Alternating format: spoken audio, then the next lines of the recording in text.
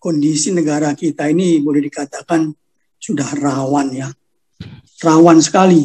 Parahnya lagi sampai hari ini kita lihat bagaimana Egy Sujana sudah mulai memprovokasi. Nah, kalau ini dibiarkan, negara ini hancur lebur. Khilafah itu akan membawa orang masuk ke dalam kehidupan abad-abad kegelapan. Sebaiknya Anda simak isi video ini sampai selesai supaya tidak gagal paham sebelum Anda komentar. Dan jangan lupa subscribe bagi Anda yang belum subscribe. Karena subscribe di sini gratis guys. Dan bagikan link reaksi Nusantara ke media sosial lainnya supaya teman Anda bisa berbagi pengalaman bersama kita di Reaksi Nusantara. Terima kasih dan selamat menyimak. Ya. Sebenarnya kondisi negara kita ini boleh dikatakan sudah rawan ya. Rawan sekali. Karena banyak indikasi-indikasi yang bisa kita lihat secara faktual. Radikalisme itu jelas ya. Perpecahan sudah terjadi. Nah, semua ini karena apa ya? Masalah-masalah karena leadership, Pak. Leadership yang sudah kita pahami dari apa yang disampaikan oleh Jenderal Tobing tentang leadership kenegarawan yang berkarakter Pancasila dan nasionalis keindonesiaan. Ini yang tidak dimiliki. Dan ini terjadi sejak reformasi. Parahnya lagi sampai hari ini kita lihat bagaimana Egy Sujana sudah mulai memprovokasi. Terang-terangan ya? Ya, terang-terangan Pak. Karena apa? Sebelum-sebelumnya leadership yang tidak, saya katakan tadi, kenegarawan yang diajarkan oleh Jenderal Tobing itu tidak diterapkan, tidak dipraktekkan, sehingga terulang. Dulu ada zamannya siapa Pamungkas ya, Sri Rezeki siapa itu, saya lupa namanya. Terus kemudian ada lagi Sri Bintang Pamungkas. Sri Bintang Pamungkas. Kemudian berikutnya lagi Jenderal Bintang 2. Kan ada juga itu. Nah, sampai hari ini kita tidak tahu kasusnya. Tidak tahu kita penegakan hukumnya bagaimana. Ini akan terus berulang dan berulang. Nah, kalau ini dibiarkan, negara ini hancur lebur. Saya katakan hancur lebur. Jadi, ya saya sependapat juga pandangan Jenderal Tobing itu. Kalau nanti berlaku khilafah, ya banyak merdeka, banyak membebaskan diri dari khilafah. Siapa yang mau ikut khilafah? Khilafah itu akan membawa orang masuk ke dalam kehidupan abad-abad kegelapan. Ya, kuda gigit besi. Nggak ada yang mau. Ya, kita berpisah. Kalau khilafah itu berdiri di negara ini, kita pisah. Itu saya setuju itu. Nggak boleh. Tidak bisa, tidak. Nah, jadi masalah leadership ini tidak bisa dibentuk secara mendadak, Pak Paul. Tidak mungkin lagi. Nah, tradisi yang kita lihat selama ini tentang kepemimpinan kita tidak ada inisiatif. Semua serba menunggu. Para pemimpin yang ada di institusi itu menunggu perintah presiden. Bahkan presiden sudah memberi perintah pun tidak ada aksi. Tidak jalan, Pak. Tidak jalan. Nah, kasus bagaimana si Rizik bisa diadili, itu kita harus angkat jempol. Ya 4 jempol kepada Jenderal Dudung. Dia berinisiatif. Bayangkan, Polri tidak berani. Ya mohon maaf saja. Polri tidak berani bertindak. Padahal itu sebenarnya domainnya institusi Polri untuk mengamankan si Rizik. Tetapi seorang Jenderal TNI yang mengambil inisiatif. Makanya kalau saya pribadi, saya setuju itu kalau si Dudung itu diangkat jadi Panglima TNI. Kita butuh ya tentara profesional dan mempunyai inisiatif. Ciri dari seorang pemimpin negarawan adalah penuh dengan inisiatif, penuh dengan inovatif dan proaktif serta berani mengambil risiko. Itu pemimpin. Kalau pemimpin cuma sembunyi di balik jabatannya, di balik meja, tinggal menunggu, gua kan belum perintah presiden. Saya miris, Pak.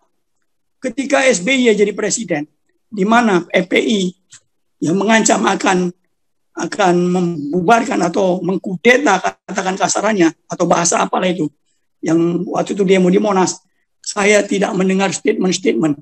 Kalau saya jadi Panglima TNI, saya akan katakan, saya akan bertindak. Karena Panglima TNI itu instrumen pertahanan negara, garda terdepan untuk melindungi negara. Kalau sudah mengancam pemerintah, itu mengancam negara.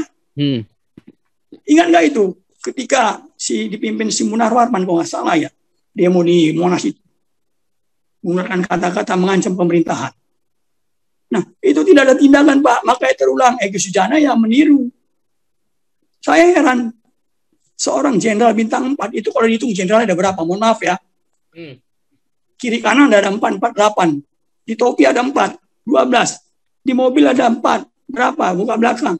Di sticknya ada berapa? Nah, saya menginginkan jenderal yang berani. Jenderal yang berani. Berkorban, rela berkorban. Tidak betul. Dicopot-copot aja. Emang kenapa? Demi negara. Karena bodoh, presiden juga ada bodoh pada seorang jenderal. Panglima TNI misalnya atau Kapolri bertindak tegas. Masa dicopot? Kita butuh. Saya kagum dulu Jenderal Yusuf. Nggak ada lagi seperti Jenderal Yusuf itu. Kita punya beberapa pemimpin nasional yang luar biasa. Ya, Jenderal Hugeng. Tidak ada penerusnya. Jenderal Yusuf. Tidak ada penerusnya. Baharudin Lopa. Nggak ada penerusnya. Mau jadi apa negara ini? Kalau cuma dipimpin orang-orang yang cuma menunggu perintah. Nggak ada gunanya. Itu apa? Kita jadi pejabat tinggi. Pakai pangkat jenderal yang bintang-bintangnya banyak. Tetapi kita tidak tunjukkan integritas kita. Loyalitas kepada bangsa, kepada negara ini. Carut-marut negara ini sudah. Secara kalau saya kata udah terlambat, udah payah ini. Karena merubah mental, merubah karakter itu susah. Pemimpin yang sudah punya karakter, yang ya katakan seperti sekarang ini, apa bisa dirubah? Saya nggak yakin. Anies itu nggak bisa dirubah. Karakter manusia sudah tercetak ibarat batu bata, saya bilang. Batu bata itu kalau bagus, dijadikan bahan bangunan itu kokoh. Tapi kalau batu bata ya jelek, dijadikan bahan bangunan, roboh itu bangunan. Begitulah kira-kira negara ini. Kalau para pemimpinnya tidak berkualitas, ya tidak negarawan, tidak Pancasilais, tidak nasionalis sejati, ya udah, mereka hanya hidup untuk diri sendiri, ya mengumpulkan harta barangkali, sehingga apa? 7 turunan habis-habis. Sementara masyarakat rakyat tidak pernah merasakan yang namanya sejahtera, tidak pernah merasakan yang namanya hidup enak. Itu kenyataan. Negara kita makmur dalam apa? Dalam sumber daya alam. Negara kita besar dalam apa? Dalam jumlah manusianya. Yang dibangga-banggakan mayoritas. Untuk apa dibanggakan mayoritas? Kualitasnya apa? Produknya apa? Kita malu. Saya malu tuh kalau bolak-balik pemerintah. Kita bangsa besar. Kita penduduk terbesar Islam di dunia. Lah, diketawain itu di luar apa? Apa produkmu? Lihat negaramu. Apa yang kau hasilkan? Saya udah sering ngikutin seminar ya, ikutin FGD segala macam, udah ratusan kali. Semua bagus, Pak, pembicaranya sampai profesor bagus, rekomendasi bagus. Tetapi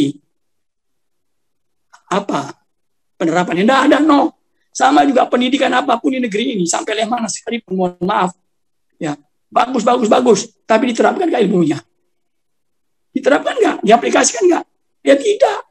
Kalau diaplikasikan negara yang tidak seperti ini. Coba produk-produk dari mana? Produk-produk dari Sesko TNI. Produk-produk dari Sespim. Sepati. Itu bagus-bagus. Tapi dipakai nggak? Kagak. Jadi kita buang-buang uang, buang waktu. Sekolah itu buang waktu. Mohon maaf saja. Prakteknya nggak ada. Ya seperti sekarang aja.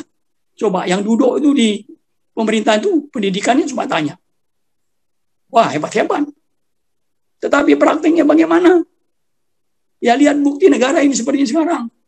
Miris kita, prihatin kita. Radikalisme, khilafaisme, merajalela. Sudah masuk ke semua sendi-sendi kehidupan nasional. Orang mau berbuat ini, itu enak aja. Mau makar, dibiarin. Coba si Rizik. Rizik itu berapa kali dia udah menyampaikan kata-kata yang bersifat memprovokasi makar. Menjatuhkan, menggulingkan. Tapi diadili nggak? Sampai hari ini kita tidak lihat. Harapannya itu harus diadili. Yang terkait masalah itu. Si Egy Sujana juga perlu diperiksa. Berani nggak Kapolri memanggil? Harus berani.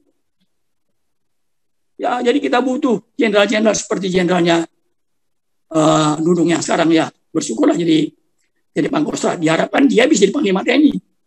Saya berharap dia jadi Panglima TNI. Karena dia memenuhi kriteria seperti yang saya sampaikan tadi. Nah, jadi ini semua tergantung leadership, Pak. Tidak ada leadership. Tapi susah udah. Nggak mungkin Presiden Jokowi bisa berubah seperti saya katakan tadi menjadi pemimpin kenegarawan, Pancasila sejati, penuh dengan inisiatif, penuh inovatif, penuh proaktif, dan penuh keberanian. Hanya dia sendiri mati kutu, Pak. Yang lain menonton. Semestinya tidak. Dia harus ditopang oleh para pemimpin institusi yang lain. Presiden harus didorong oleh mereka ini. Saya ada di depan Bapak. Bila perlu saya di depan, Pak. Yang penting Bapak dukung saya. Harusnya begitu pemimpin. Kasihan bangsa ini terpuruk, habis. Sumber daya alam itu habis. Satu ketika habis. Saya pernah katakan di satu forum nasional. Saya bilang, begini Pak. Secara logika, secara akal sehat, saya tidak bisa terima Indonesia dikatakan negara miskin. Kenapa? Pertama saya bilang, sumber daya alam kita luar biasa.